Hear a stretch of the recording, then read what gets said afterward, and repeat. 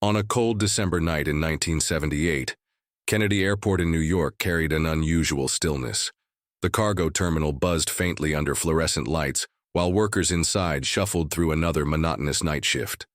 But outside, a black stolen van rolled to a stop.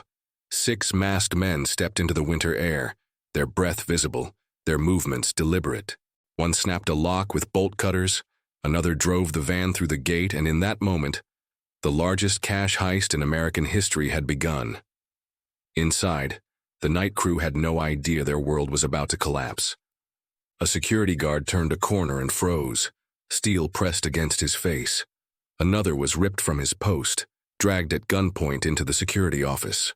Waiting there was an insider, a trusted employee who had betrayed them. Trembling, he spun the safe's combination. The heavy door groaned open, revealing crates stacked with wealth. A mile away, Jimmy Burke, the architect, watched from a parked car, smoke curling from his cigarette. Silence, no sirens, no alarms. Everything was going exactly as he planned. Back inside, one robber smashed open a crate. Out spilled bundles of $100 bills, $125,000 per bundle.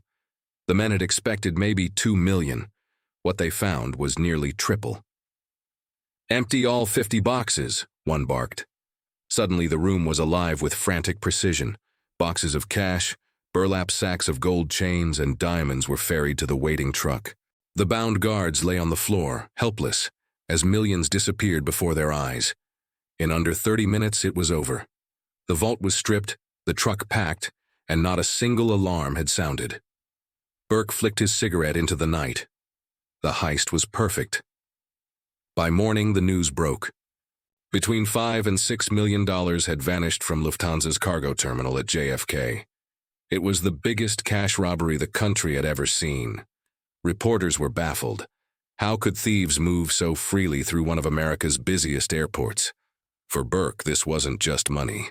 It was legacy, but the aftermath of a heist this size was more dangerous than the robbery itself. In the underworld, the hardest part wasn't stealing. It was surviving. Burke, Irish by blood, could never be a made man in the Mafia, but he was one of the Lucchese family's most feared associates. He lived by one rule: no loose ends. And Lufthansa had left him with too many. The job itself came from desperation. Martin Krugman, a Queens bookmaker, tipped Burke about a Lufthansa employee drowning in gambling debt. The man revealed a fortune in untraceable foreign currency moved through JFK every month, locked in a poorly secured vault. It was irresistible.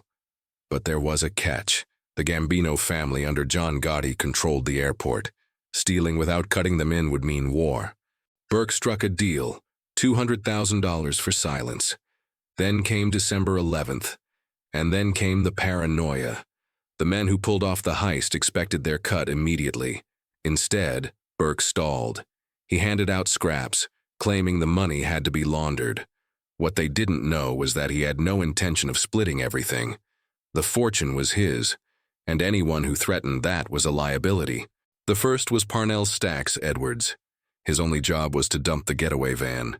Instead, he parked it illegally. Police found it within days, fingerprints intact.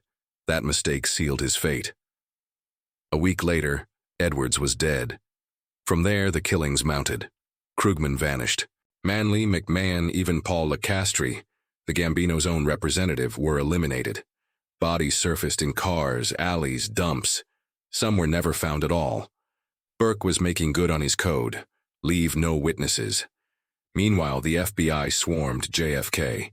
They bugged phones, tailed Burke's crew, and listened to whispers at Robert's Lounge, Burke's headquarters. They caught fragments, mentions of boxes, of cash, of holes dug in basements. But fragments weren't enough. They needed someone to talk. That someone came in 1980, Henry Hill. Burke's longtime associate, Hill had grown reckless, running drugs despite Mafia rules. When the DEA arrested him, he faced life in prison and worse, Burke's wrath.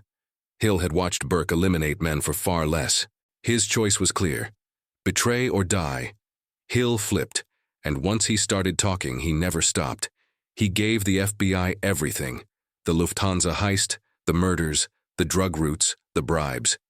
For Burke, the walls closed fast. He was arrested, not for Lufthansa directly, but for murder and racketeering. He was sentenced to 20 years, later convicted on more charges and would never walk free again. The millions stolen? They were gone. Never recovered, never traced. Years dragged on. Burke remained behind bars.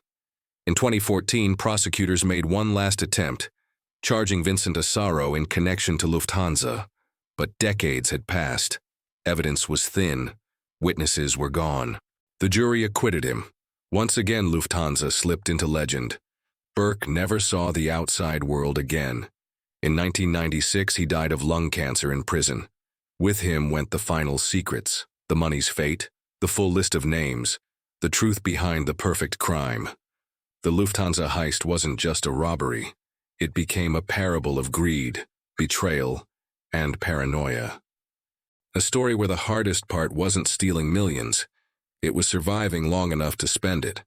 And in the end, no one did.